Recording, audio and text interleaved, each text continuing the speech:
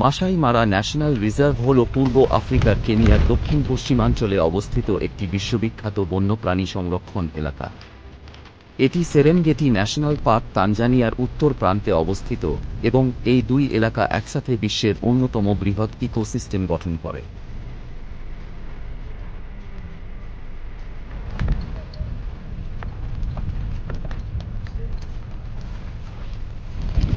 Nairobi থেকে প্রায় ২৭০ kilometre দূরে অবস্থিত মাসাই মারার আয়তন প্রায় ১৫১০ বর্গ কিলোমিটার। মাসাই মারা ন্যাশনাল রিজার্ভ হল বিশ্বের অন্যতম সমৃদ্ধ বন্যপ্রাণী এলাকা। এখানে দেখা যায় দ্য বিগ ফাইভ নামাঙ্কিত প্রাণীদের, যেমন সিংহ, হাতি, চিতাবাঘ, মহিষ এবং গন্ডার।